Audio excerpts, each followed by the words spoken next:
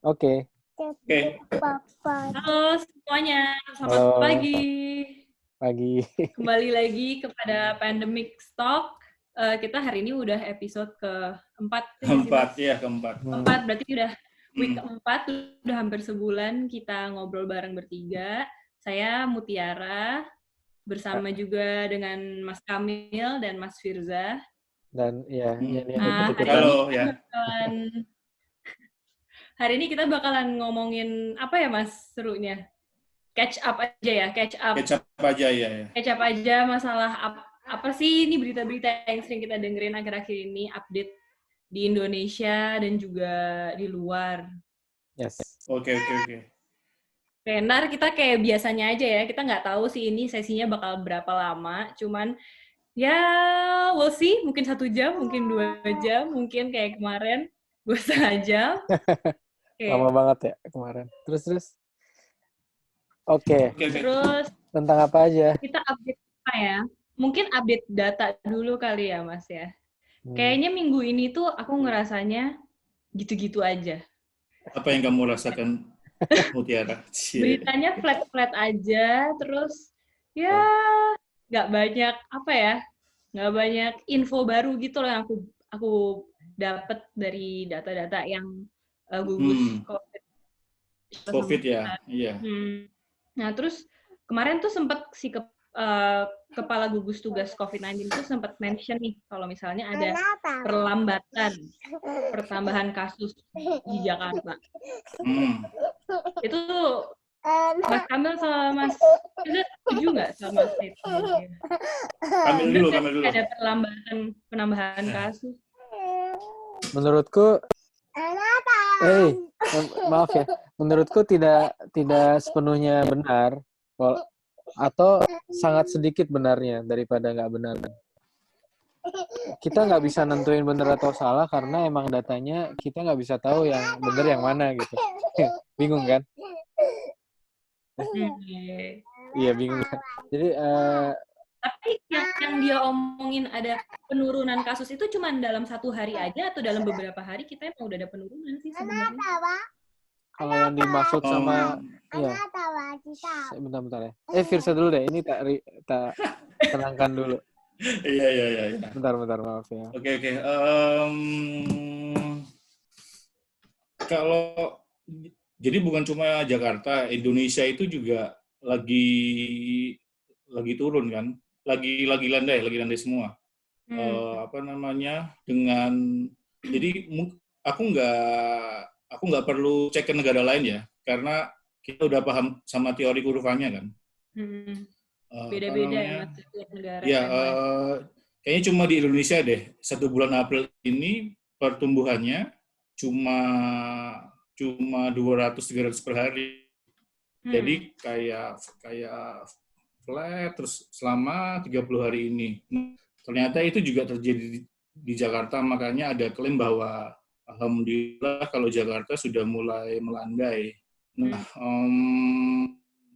ternyata setelah coba-coba saya kulik, 2 hari kemarin tepat angkanya Jakarta naik lagi. Nah, ini kalau mau diteliti lagi, ini persis seperti yang kita bicarakan minggu lalu sih. Bottleneck-nya ada di mana? Lab-nya udah banyak, cuma kita minggu lalu kan berdeduksi bahwa itu terjadi karena SOP-nya nggak standar kan. Nah, ternyata setelah diselidiki lagi, ada satu SOP dari peraturan Kemenkes bahwa seluruh, ini bahasanya saya dibenerin ya, jadi seluruh spesimen dari seluruh Indonesia itu harus dikirim ke Jakarta dulu gitu loh, dan itu bisa ada lag waktu plus 7 hari. Ya mungkin bottleneck-nya di situ. Iya. Jadi kalau nggak salah tangkap, jadi spesimennya diambil. Saya orang Bali nih, saya ngambil darah di Bali. Nah, terus itu nanti mungkin jadi 2 botol gitu, 1 dites di Bali, dites di Jakarta, atau semuanya dioper ke Jakarta, dites di Jakarta? Di peraturannya sih tidak terlalu ini detail ya, nggak tidak detail ya. terlalu Tapi teknisnya, nggak detail teknisnya ya. sepahamku itu dari awal, dari masa sering banget kan Hmm. dikritik sama banyak orang, termasuk aku juga bahas itu sentralisasi data ini, maksudnya teknisnya mereka tuh gitu, semua dites di lab. Harus sentralisasi Amil ya. Iya, lab di Bali misalnya. Memaksakan harus sentralisasi. Ya. Hasilnya positif itu nggak bisa diumumin sebagai positif kalau belum dikonfirmasi sama Balitbangkes Jakarta. Belum. Iya. Jadi itu nggak tahu tulisan positifnya atau spesimennya dikirim lagi ke Jakarta gitu. Itu nggak ada yang bisa ngungkap itu. Sayangnya itu. Dan kita nggak pernah bisa tahu Jakarta itu Balitbangkes itu lab sentral ya kita bilangnya. Lab sentral itu nerima berapa, nerima berapa dan mau pengumuman berapa dari yang diterima sebagai beneran positif itu kita nggak bisa tahu. Jadi sayang banget ya. Jadi informasinya pending semingguan semua. Jadi data yang itu tetap nggak berubah itu.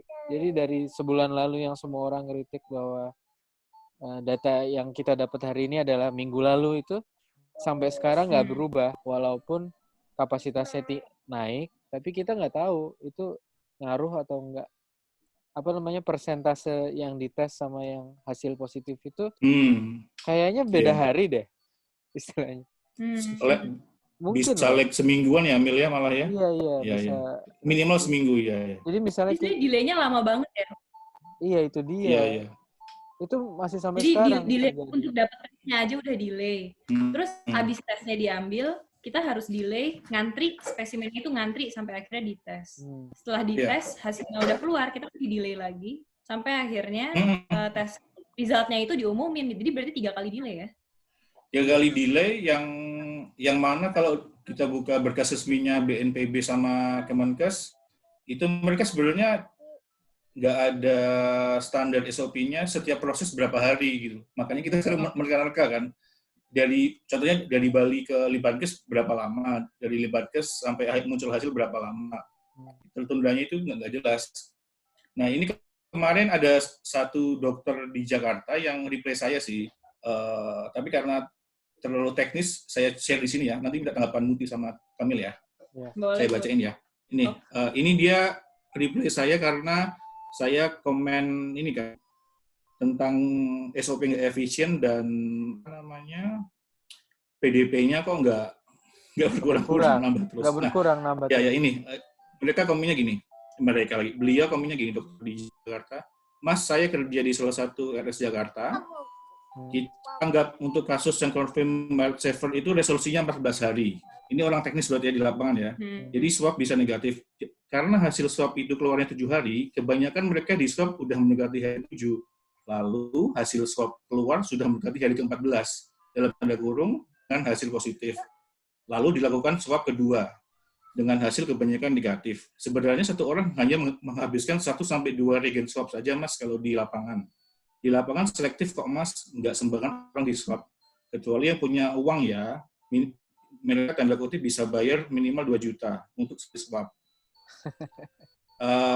Beliau komen lagi, Narasi TV pernah wawancara pihak Eijkman, katanya dikirim ke pusat supaya genome sequence. Padahal genome sequence sensitivitas spesifikasinya kurang dari PCR. Kenapa di genome sequence untuk riset katanya? Tapi data itu nggak pernah dibuka ke internasional.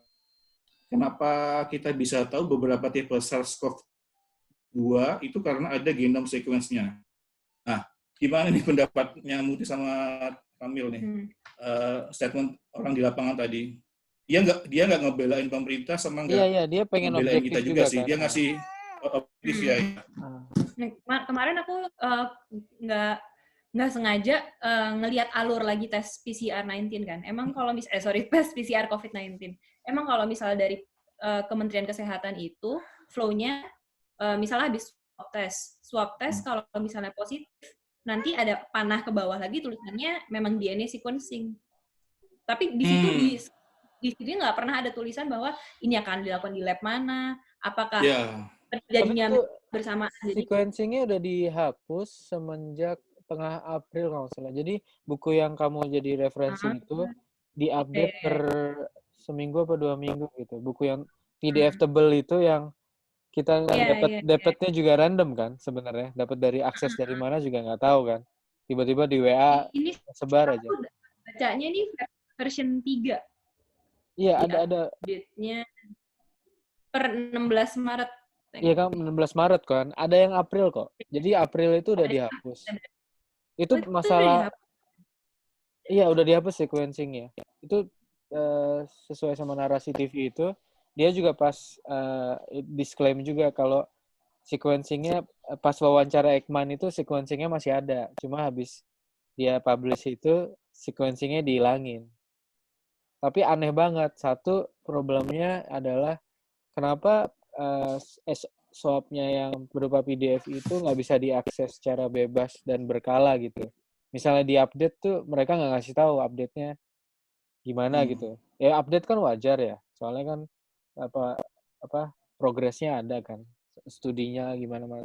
Tapi yang dijadikan pedoman kan itu judulnya pedoman kan. Pedoman itu aneh banget karena kita bisa dapat itu kalau nyari di WhatsApp group gitu. Kalau saya gitu, bukan di link pedoman. Oh iya.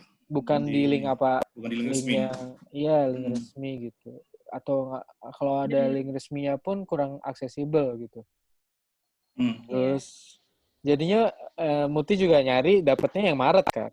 Nggak tahu kan kalau ada yang baru. Jadi dan ini aku Google-nya tuh gini, guideline RT-PCR Indonesia COVID-19 ya. Terus ini masuknya ke Kemenkes, tapi file yang ini yang aku dapat. Jadi mungkin yang ada di website mereka pun nggak yang update. Belum diupdate ya.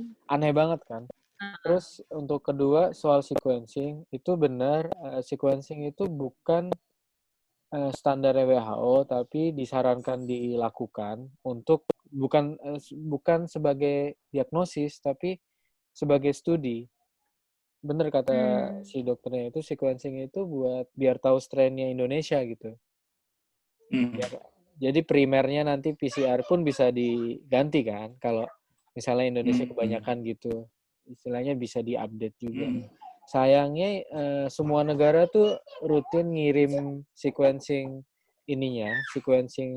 coronanya ke satu portal data bikinan Jerman kalau nggak salah namanya GISAID. GISAID, GISAID.org. Indonesia nggak pernah lapor sama sekali. Sayang ya. Jadi selama bulan Maret itu yang bikin masalah kan, itu kan bikin masalah kan. Jadi lama banget kan, bottleneck juga. Di Indonesia itu outputnya pun nggak ada. Ekman juga udah bilang, nggak ada laporan apa-apa. Jadi selama Maret itu ketunda itu nggak entah kenapa gitu loh. Bukan karena sequencing juga. Karena sequencing data pun nggak pernah diungkap. Jadi itu masalahnya. Jadi sebenarnya alasannya karena for the sake buat mencari tahu sequencing tadi atau sebenarnya memang lambat aja ya? Emang lambat aja. Menurutku kalau sequencing sequencing itu perlu tapi bukan nggak perlu karena sequencing itu harusnya randomize bisa. Samplingnya tuh misalnya dari klaster mana ya? Nah, klaster mana satu deh gitu. Misalnya ada 10 klaster cukup berapa 10 klaster ya 10 aja sampelnya yang di sequence. Nggak usah. Jadi nggak harus semuanya banget nggak usah 500 orang di semua klaster itu di sequencing semua itu. Soalnya sequence satu teknisnya akurasi emang beda. PCR paling tepat untuk diagnostik. Tapi untuk tahu semua strain virus ini jadi tujuannya beda, bukan diagnosis. Ini bagus. Satu, itu. Dua, mahal banget sequencing itu. Ya nggak, Mut?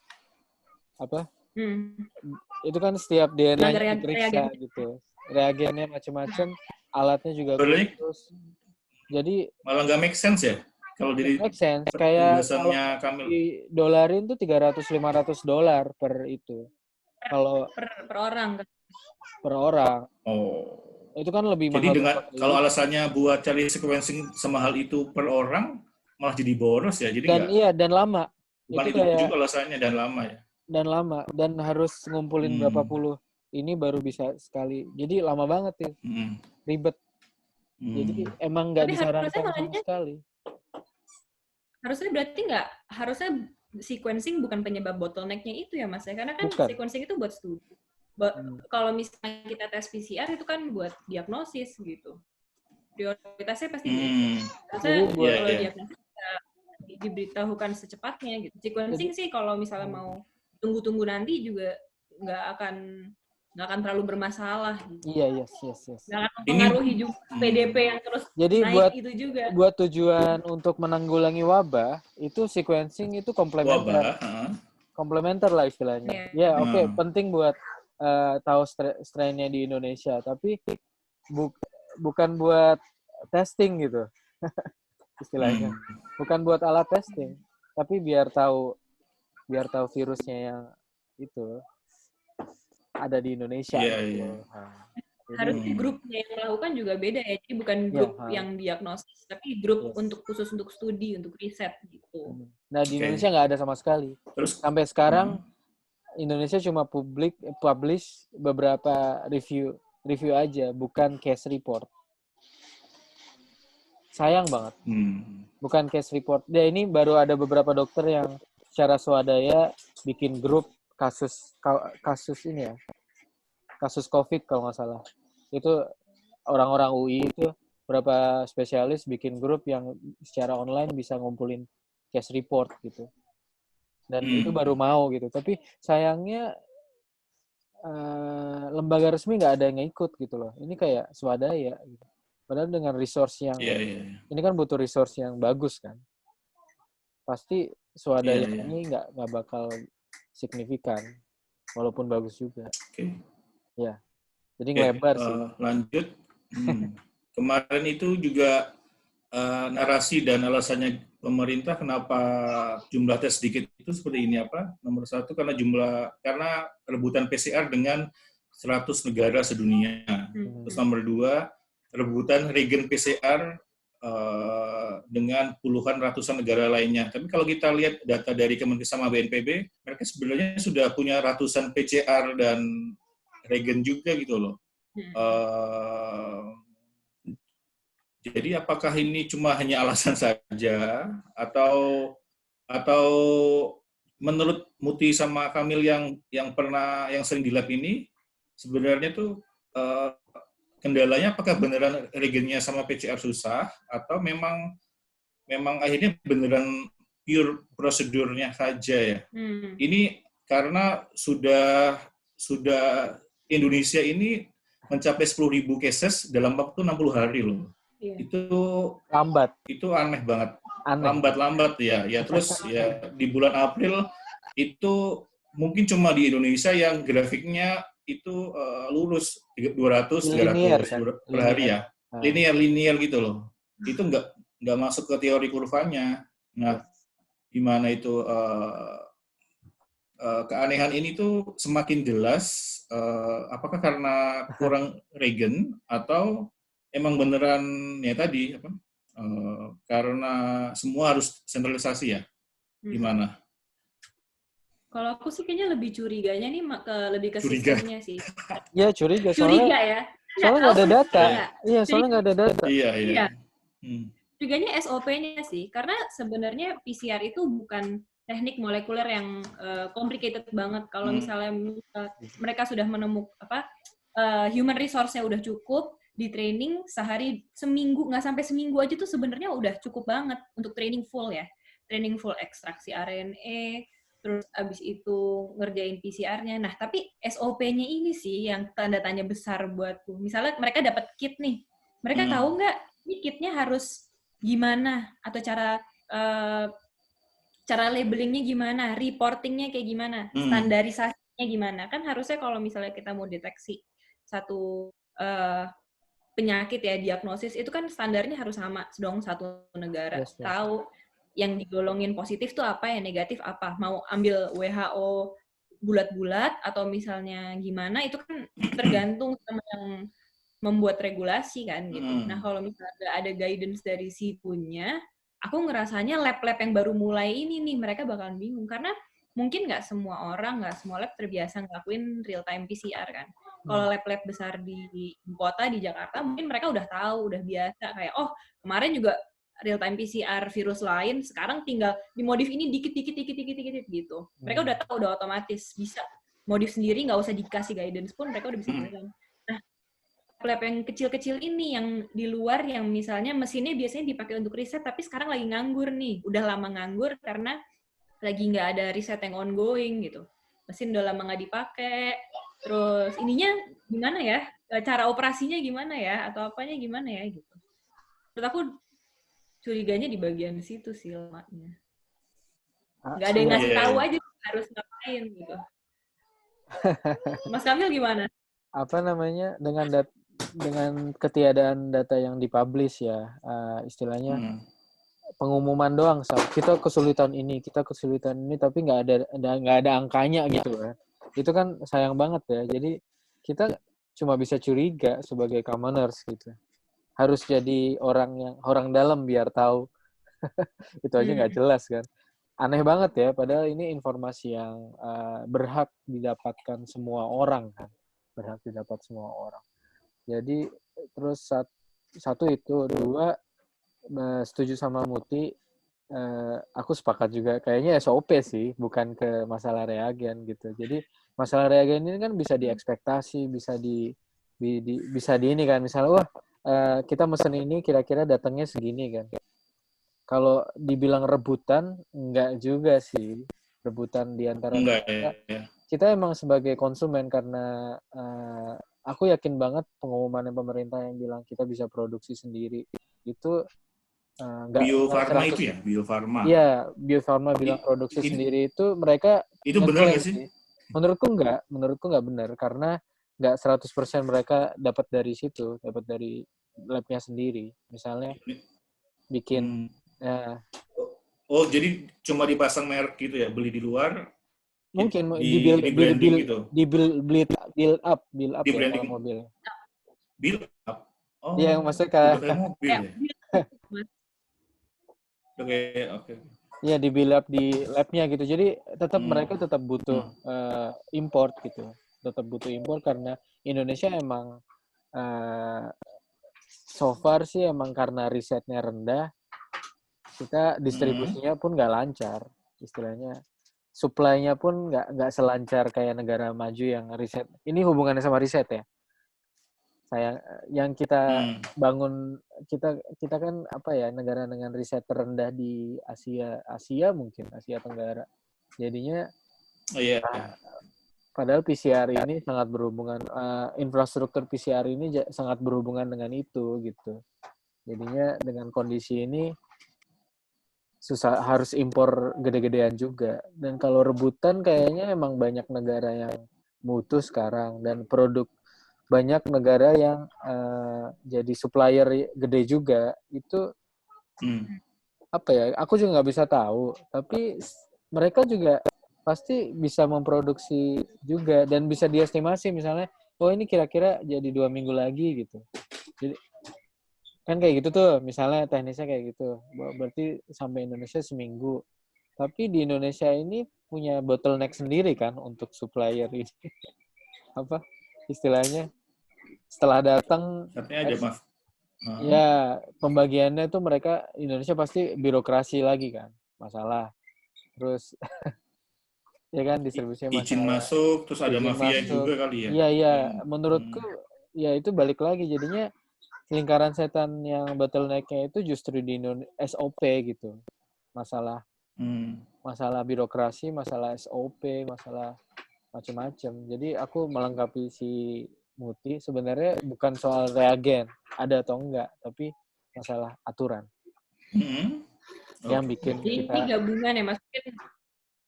Gabungan tadinya juga masalahnya mungkin dari awal udah rebutan juga, mungkin milih mereknya yang cocok dengan harga juga kan, karena si reagen PCR ini kan juga dia banyak kelasnya, ada yang super premium, itu kita udah pernah ngomongin ya, ada yang super premium, ada yang biasa aja gitu. Nah kan sesuai dengan, pasti kita juga nyarinya sesuai dengan budget yang kita punya. Jadi snowballing effect gitu sih. Yes. Tambah delay, bergabung. Iya.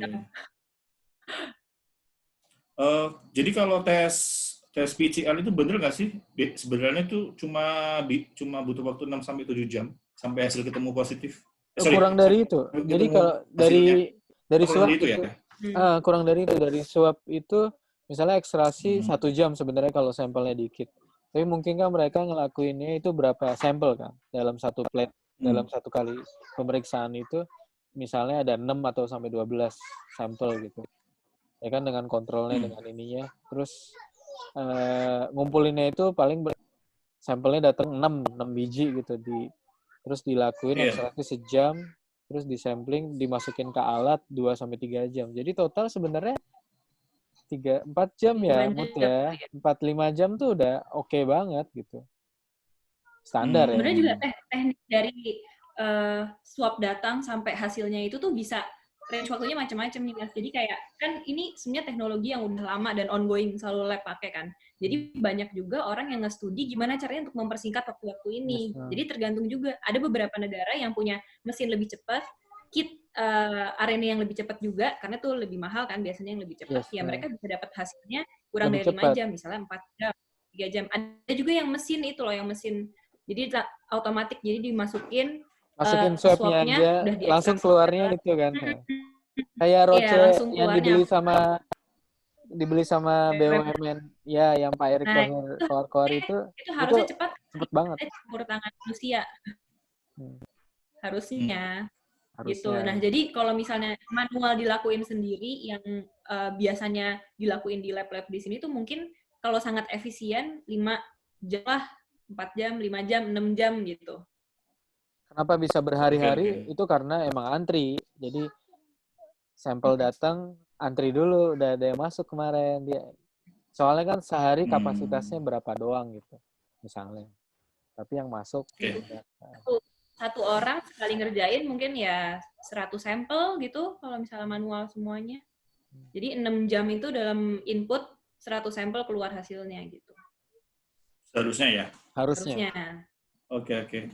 Terus ini ada info juga bahwa di lapangan itu standarnya untuk biar orang positif terkena COVID-19 di Indonesia itu tes swab negatifnya harus dapat 2 swab negatif gitu. Nah, ini konon katanya jadi panduan para tenaga medis di lapangan. Kalau belum dapat 2 negatif, ya belum boleh pulang. Belum boleh pulang atau semacamnya. Nah, ini apakah memang seperti itu? Dan di luar negeri seperti apa gitu? Dan seharusnya seperti apa? Kenapa ini semua terjadi pada kita loh? Nah, udah itu doang. Itu secara klinis ya? Coba aku jawab dulu ya. Secara Iya. Yang aku tahu di lapangan itu kita pakai definisi sembuh atau nggak sembuh itu WHO kayaknya nggak ngasih deh. Sepahamku ya. WHO nggak ngasih patokan itu. Tapi WHO tuh ngasih. Oh, justru dari WHO malah juga nggak ngasih standar itu ya? Iya. Soalnya itu kan penanggulangan wabah per negara kan. Itu terserah. Berarti ini akal-akalannya WHO ya, Pak Kamil? Bercanda. Terus habis itu. Tolong diselidiki, Pak Kamil. Ya, nanti tergantung siapa yang mau bayar saya. Terus sepahamku gitu. Jadinya sebenarnya 2 kali negatif swab itu adalah standar yang dipakai beberapa negara yang udah berhasil lagi menanggulangi wabah, kayak di Cina misalnya, atau di Jepang itu masih pakai itu 2 kali negatif swab. Nah di Indonesia mau niru siapa, mau niru itu boleh atau niru sebenarnya bebas sebenarnya. Jadi nggak ada patokan kan. Jadi kurvanya itu kurva sembuh nggak ada kan ya? Ini nggak sih kurva word in our data misalnya itu angka kesembuhan. Karena belum diteliti. Iya soalnya standar sembuhnya. Iya angka kesembuhannya itu emang masih dinamis. Definisi sembuhnya itu masih nggak bisa ditentuin karena kita belum tahu COVID itu apa gitu. Ya itu sih. Misalnya negara Netherlands sama UK itu kan nggak publish ya. angka sembuh yang karena mereka sembuh ya. Mereka nggak ngetes orang biar sampai sembuh, fokusnya nggak di situ gitu. Fokusnya untuk gimana cara menanggulangi wabah dengan testing sebanyak mungkin pada orang yang dicurigai gitu. Kalau dan mereka menganggap kalau udah dicurigai klinis membaik, ya udah pulang gitu, pulang di rumah benar-benar isolasi. Di Belanda gitu kan disclaimer-nya. Nah di Indonesia itu di Indonesia itu kan kita pakai 2 kali swab. Gimana? Lanjutin dulu. Di Indonesia itu kan kita pakai 2 kali swab ya, 2 kali swab negatif, baru 2 kali swab keluar hasilnya negatif, baru dinyatakan sembuh. Lah aku kok lihatnya itu tren di lapangan itu fokusnya untuk ngetes terus biar sembuh gimana caranya gitu. Padahal yang butuh dites tuh bukan yang udah sembuh. Ya menurutku begitu. Ya, asumsiku yang ditenggai sakit ya. Jadi ada temenku yang dia OTG ya, pasien yang tidak bersimptoms, orang tanpa gejala. Jadi mereka udah positif COVID swab. Nah ini mereka lagi nunggu untuk negatif nih sekarang jadinya ya. Ada yang satu keluarga, jadi mereka tes swab dan itu jarak dari satu tes swab ke tes lainnya itu bisa 2 hari, bisa sehari loh. Tapi di swasta ya. Nah itunya aku nggak nanya sih, coba nanti tanya. Kayak dan jarak ayahku kan positif. Ayahku kan Hmm. positif. Sekarang udah negatif. Itu di total tes 5 kali dia. 5 kali. 5 kali. Emang dia dokter, iya. Dia kerja di rumah sakit. Tapi apa pantas dia nggak ada gejala sama sekali. Tapi dites 5 kali. Karena pertama positif gitu. Oh. Terus yang berarti kedua, di Indonesia juga ada kesalahkaprahan karena ada istilah baru OTG itu juga ya. Orang-orang juga. Terus misalnya si BNPB itu pengumuman kalau 60% gugus tugas atau BNPB siapa itu